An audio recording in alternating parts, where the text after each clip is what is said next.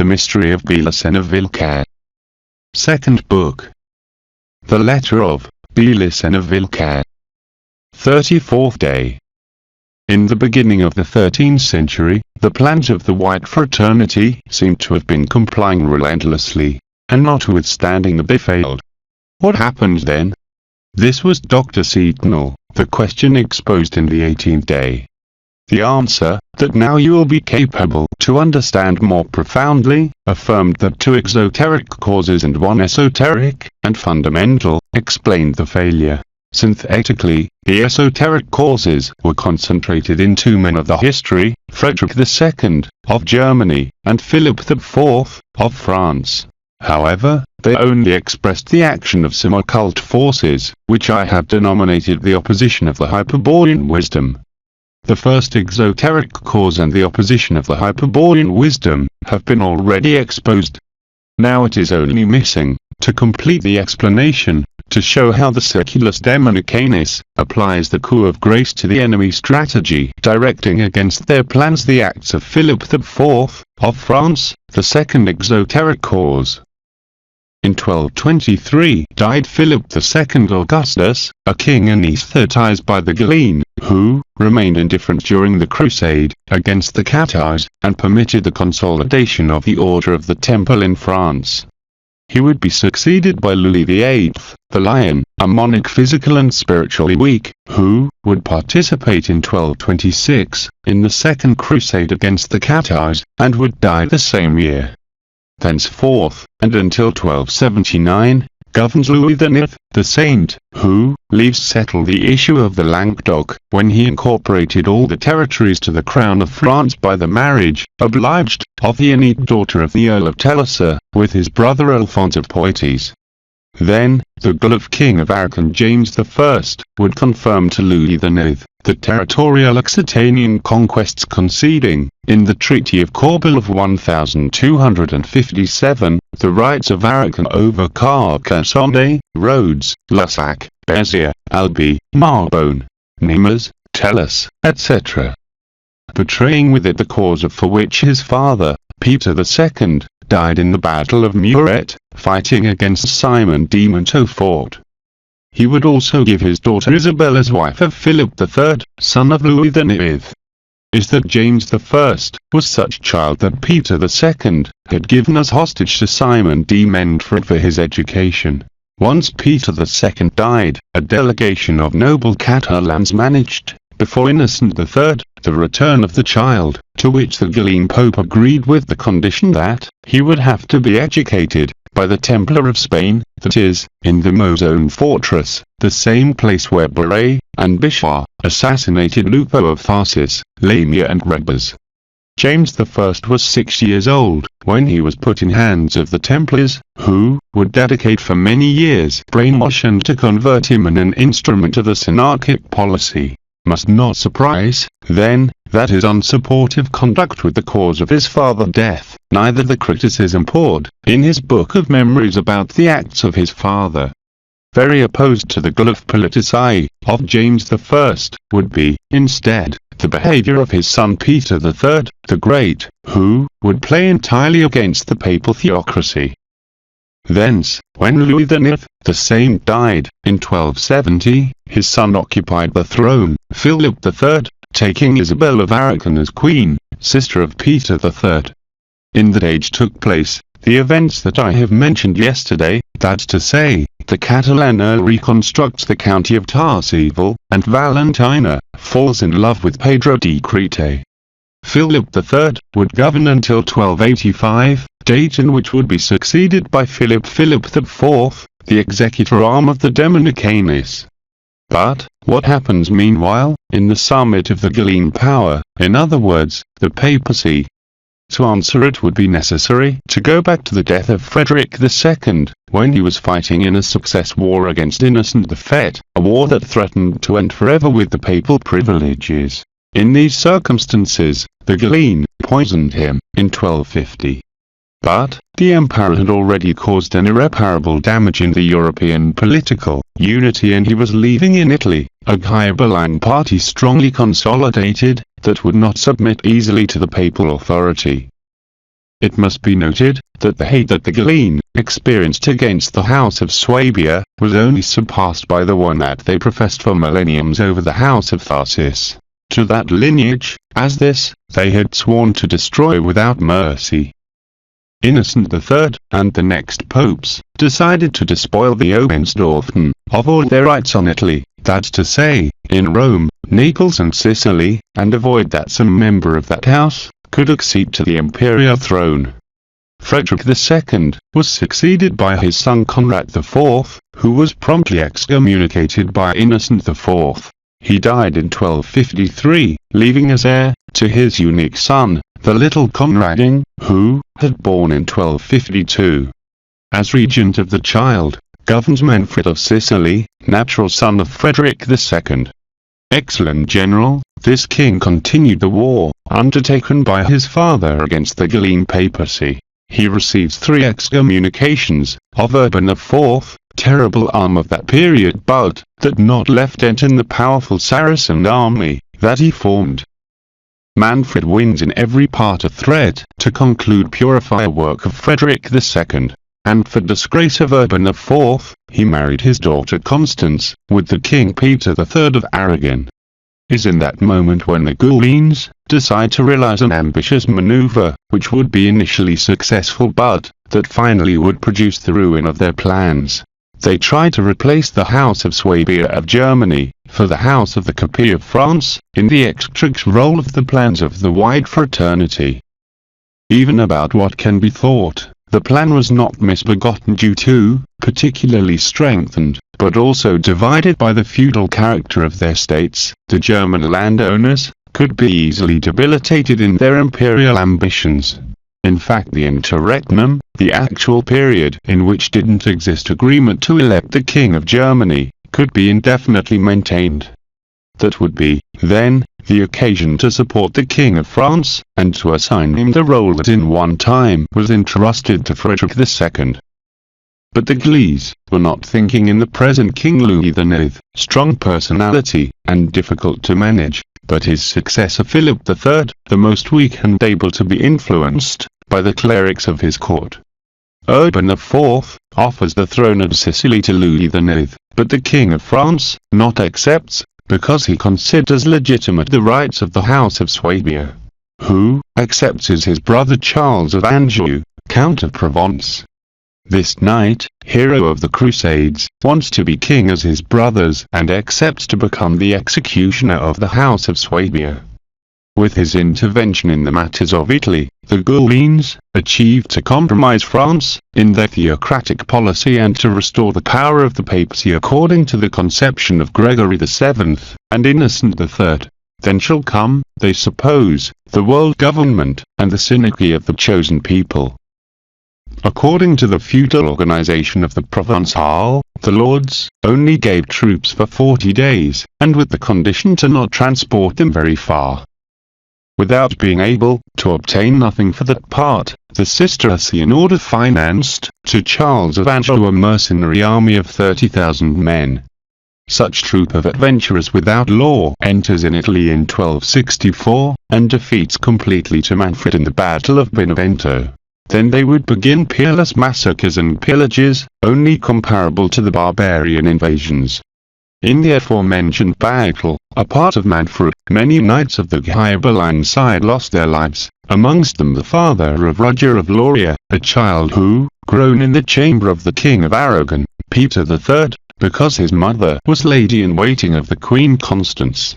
Roger of Loria was, of course, the brilliant admiral of the Catalan navy, the most powerful of the age, with which Peter III conquered the kingdom of Sicily years later. When Manfred died, and once the Ghibelline party was broken down, only remains the child Conrading in Swabia, as the last male offspring of the rebel Hohenstaufen. Charles of Anjou agreed with Urban IV, the usurpation of his rights. He proclaimed himself King of Naples, and he seizes of Sicily. Immediately, he establishes a regimen of terror, oriented principally against the Ghibelline side.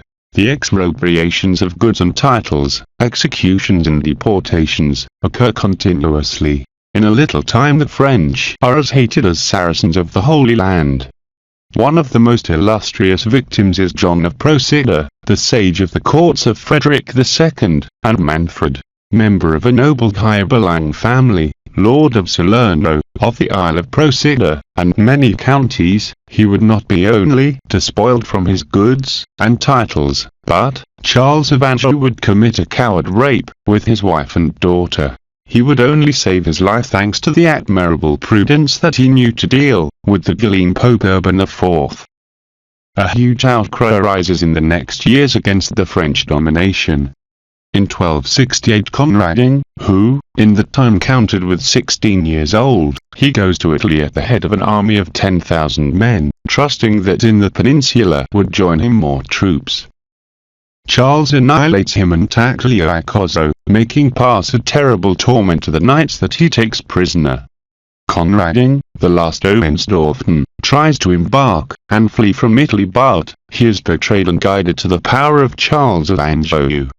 Is promoted a unanimous request to ask for the forgiveness of the grandchild of Frederick II, but Clement IV is inflexible. The death of Conradin is the life of Charles of Anjou. But the Galliens are not disposed to suspend the extermination of the lineage that caused much evil to the plans of the wide fraternity. After a parody of judgment, Conradin is condemned to death in Naples.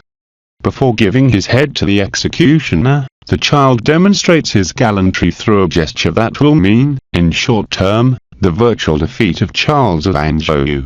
He threw one of his gloves to the crowd that had come to see the execution, while he screamed, "I challenge that a real knight of Christ takes revenge of my death in hands of the Antichrist." An instant later is beheaded in front of the presence of Charles of Anjou, the papal legacy. Many cardinals and bishops, and tens of Galliens, can't hide their joy for the extinction of the lineage of the Hohenstaufen.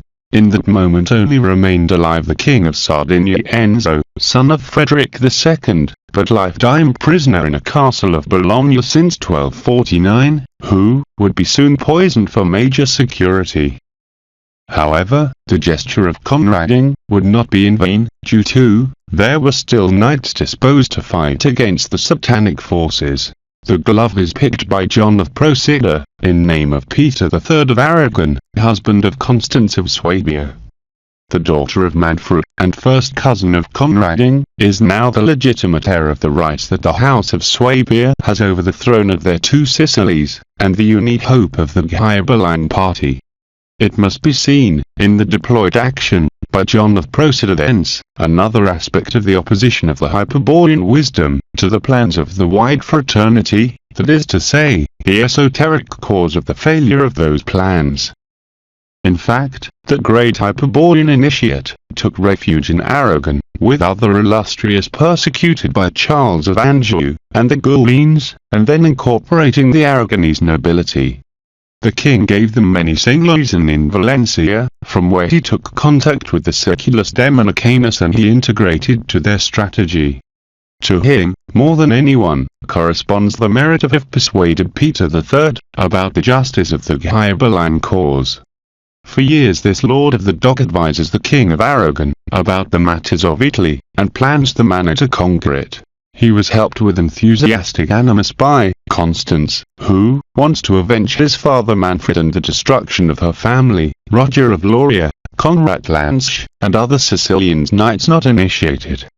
In 1278 Peter III feels sufficiently strong as to carry out his Sicilian project.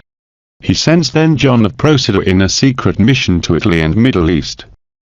This Sicilian knight travels wearing the Dominican robe. He meets with the main representatives of the Ghibelline party, of Italy and Sicily, who promised to help King Aragon, and in 1279, he reached to Constantinople, to pact with the Emperor Michael Palaeologus, who is just to be attacked by a fleet by Charles of Anjou. However, a fact that Charles of Anjou not suspected was that, in such age not existed more powerful fleet, than the Catalan navy of King Aragon. The Byzantine contributes with 30,000 ounces of gold to maintain the campaign, and John started the return, after passing through the Isle of Sicily. There, he obtained the compromise of the noble Alessimo di Lucini, and others, to prepare an uprising against the French. All this arrangements obeyed to the strategy of Peter III, who wanted to prevent a direct struggle between France and Aragon, and prefers that the change emerges from a local plot against Charles of Anjou. In 1281, all is ready for the revolt when a maneuver of the Ghibellines obliged to suspend the movements. Charles of Anjou forced in Viterbo the election of Simon de Brieux, a French cardinal highly clarified about the plans of the White Fraternity, which professed a ferocious hate for the House of Swabia and the Ghibelline cause. He takes the name of Martin IV, and he immediately begins a terrible persecution of the Ghibellines in all Italy. Evidently the Ghibellines suspected that something was contrived against Charles, and they tried to stop it. Martin IV is a typical exponent of the Ghibelline mentality, which was improperly called gluf, of the fanatic class of Gregory VII, and Innocent III, possess also that cruelty of Arnaud d'Emeric. For his instance in the murders, rapes and lootings that occurred steadily, subjecting the Sicilians to a regime of unsupportable terror. Finally the own Rome will end rebelling. But in 1282, that state of things ends in Sicily. During the Easter celebration, the 30th of March, a French soldier tries to abuse a young Sicilian woman in Palermo and, at the cry, "Death to all the French," explodes the general insurrection. The French are exterminated in Palermo, Trapani, Coleon, Syracuse and Agrigento. In one day died 8,000, and the rest must flee hastily from the island. In 1 month, was not possible to find any French alive in all Sicily. With these popular reactions the famous Sicilian Vespers, which occurred haphazard due to, in those days Peter III had sailed from Barcelona with his powerful navy and he was in Africa, near to Sicily. His projects, largely elaborated, were carried out with great precision. In June he saw many Sicilian ships. They were ambassadors of Palermo, who came to offer the crown of Sicily to the King Aragon and the Queen Constance. Then he landed in the island in the middle of the general joy of the people, that was seen with that act of sovereignty free forever from the French and Guelph domination. Therefore, it was not about of invasion but of a legitimate real election. The Sicilian people, liberated by their own means from the French occupation, was given to their own kings, restoring in this way the ancient rights of the House of Swabia, in the person of the granddaughter of Frederick II. But the Ghibellines didn't bite the hook. Note, Dr. Setonal, that once again the Ghibellines seemed to have won the match. The heretic Cathars not existed now, neither was perceived the presence of the Grail, nor existed an ostensible universal emperor, as Frederick II, to dispute with Pope, the spiritual power, nor even existed a king in Germany, but in France yes, Philip III, completely controlled by the Church, and a financial Templar Synarchy, in full march, and a French king, Charles of Anjou occupying the two Sicilies, and keeping at bay the Luciferic Ghibellines. But, suddenly the smite of Peter III, that could not foresee because, he was product of the high strategy at the Dominicanis, produced the resurgence of the Ghibellines, and threatened with the failure of the plans of the White Fraternity. The Ghibellines would not permit it with impunity. In November of that year, Martin IV declares the excommunication against Peter III, and coerces him to withdraw from Sicily, and love Charles d'Anjou, loyal vassal of the Pope. Before the indifference of the Aragonese, he repeats the excommunication in January and March of 1283, preparing the hand to stab him in the back. In the last papal bull, indeed, he affirms that the kingdom of Aragon is vassal of the Pope for commitment of Peter II, the grandfather of Peter III, who died in the Battle of Muret, and that the pontiff has the faculty to name king to whom he pleases. So, he removes the crown to the excommunicated Aragonese, and deprives the sacraments of the Church to the populations and places that obeyed him. The Ghibellines' plan consists to outbreak a struggle unto death against Peter III, and expand the dominion of France, at the expenses of the one of Aragon. would be the previous step to make that a king of the church be elevated to the throne of the world government, supported by the financial synarchy of the Templars, and prepare the wherewithal to establish the universal synarchy. In that plan, evidently, the Gauleans had underestimated Peter III. Really, all failed with the Aragonese, because they ignored the spiritual strength that he had developed by the influence of John of Procida and the Dominicanes. But he promptly gives proofs to have an unerring courage, and unlimited intrepidity, an unbreakable loyalty to the principles of the Hyperborean wisdom, this is, to the inheritance of the pure blood of his lineage, what grants him the divine right to reign without asking anyone than to himself, and a monolithic sense of honor that the spirit dictates in him, and impels him to fight unto death for his ideal, without surrendering never. Formidable enemy have challenged the Gaulean this time. The stab in the back meant to compromise the kingdom of Aragon in a war with France, what Peter III was trying to avoid. The Gauleans believed that the presence of Peter III of Aragon would leave Sicily free to fulfill the new occupation. But the island, protected by the Catalan navy, has been converted in an impregnable fortress. Peter III withdraws serenely to Aragon in 1283, leaving the defence in hands of the reckless and fortunate Admiral Roger of Loria. Charles of Anjou possessed the second most important fleet of the Mediterranean, financed by the Cistercian Order of Provence, by the Kingdom of Naples, and by the Pope, but he failed to plan a coherent tactic to face Roger of Loria, who, in successive clashes will go destroying it relentlessly. Advert to sink some ships, and capture others, he seizes of the islands of Malta, Gozo, and Lipari. Then he goes to Naples, and tends an ambush to the French, showing just a part of his squad.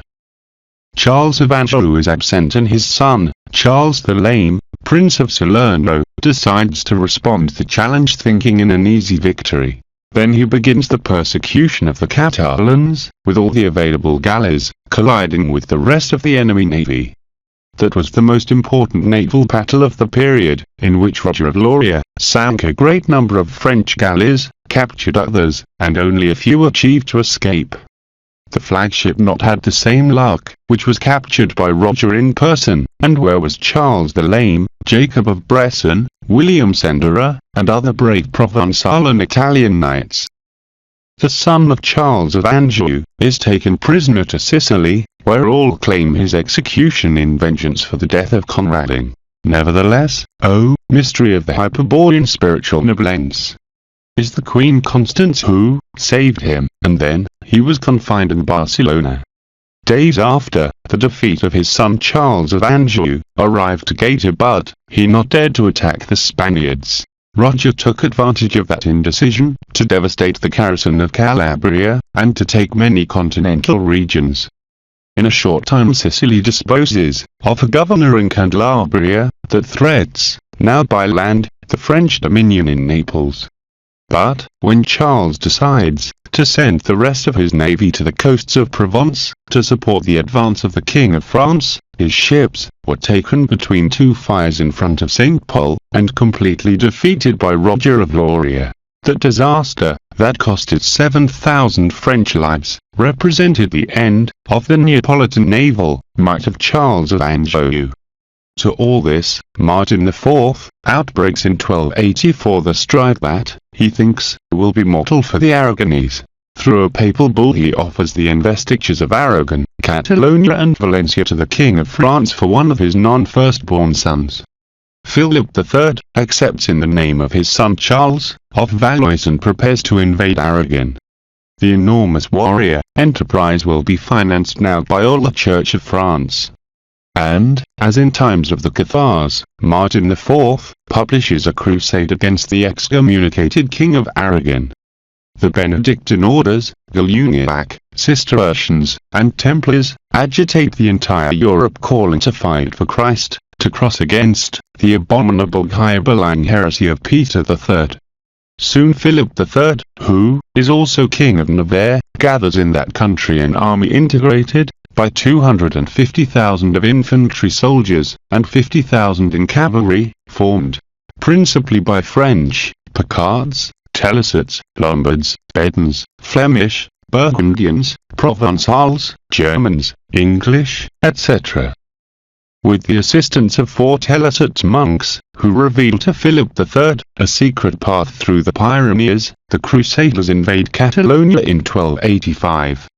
Surrounding the king, and encouraging him permanently, are the main Cisterci and Gauleans, who consider that war matter of life or death for their plans of world domination. Barely such king, who, in no case deserved the sobriquet of the bold, would have joined to the crusade adventure without the sustained insistence of Martin IV, and the pressure of the French Gaulean.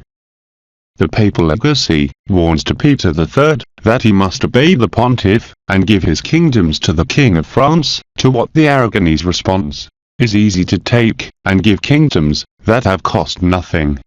The mine, bought with the blood of my ancestors, shall be paid in the same price. In Catalonia, the resistance turns fierce. All the social classes support Peter III, in what is sensed as a total war. The Aragonese knights, the infallible Catalan crossbowmen, the fiery Almogavar's warriors, the servants and the combatants of the village, stop, harass and inflict permanent defeat to the Crusaders. Finally, an epidemic ends, demoralizing them, and they choose to withdraw to the Pyrenees. But, in Celta de Paniza, is waiting for them Peter III, to cut off their path, and for 2 days, is fought the great battle. The French army ends annihilated. From the 300,000 Crusaders, just 40,000 returned alive. The King Philip died in the campaign, and to France will be impossible the conquest of Aragon. It is in these circumstances that Philip IV, the fair accesses to the throne of France.